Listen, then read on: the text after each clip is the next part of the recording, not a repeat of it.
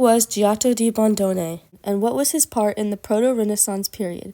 Today we're going to time travel back to the 14th century and discover the great works of Giotto. Giotto was born somewhere between 1266 and 1276 in Vespignano, Italy, near Florence. Many know Giotto as one, if not the most, important Italian painter of the 14th century. It was his naturalistic paintings that drew people into his works because he brought a new range of emotions during this time. Giotto's artistic period is called Proto-Renaissance since he paved the way for the Renaissance period that was to come in the 15th century. In the 14th century, northern and central Italy were divided into many city-states over arguments for supremacy between the forces of papacy and the Holy Roman Empire. There were two warring parties that divided them. These were the Guelphs and the Ghibellines. Before the Proto-Renaissance period, medieval European culture was the main influence on the 13th century through religious ideals and art style. As the Proto-Renaissance period emerged, we continued to see the religious themes inspired by medieval European culture, but now artists focused on a more classical approach. This included the increase of artistic style and human-centered works. The main types of art practiced during the Proto-Renaissance period included fresco mural paintings, tempera panel paintings, book illuminations, relief sculpture, goldsmithing, and other forms of metalwork. Giotto's first work of art was believed to be the series of frescoes in the upper church of the Basilica of San Francesco in Assisi. It was believed to be made somewhere around 1297 and 1300.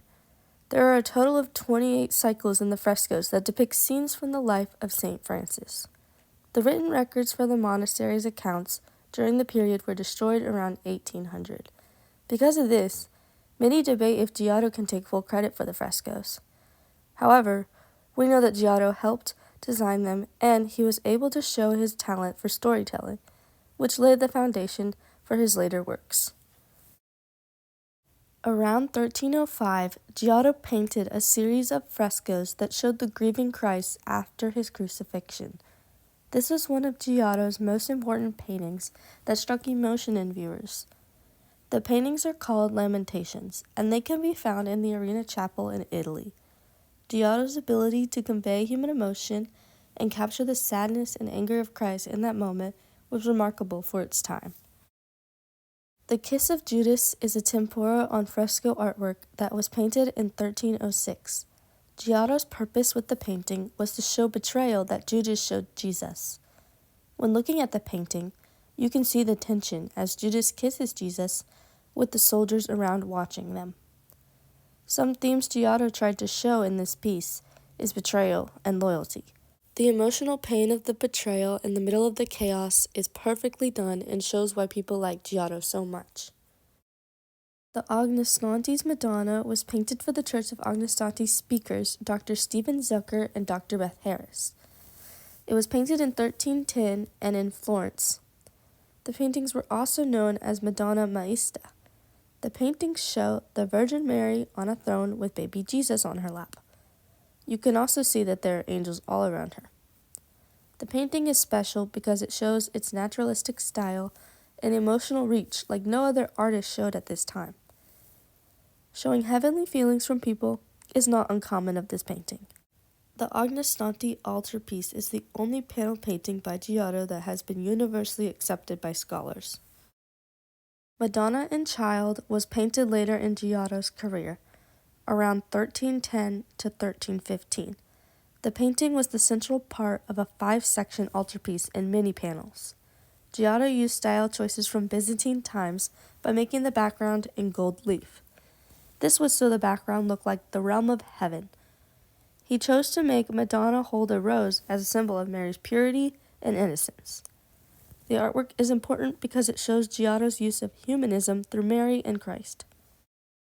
St. Francis died when he was still a young man, only 44 years old.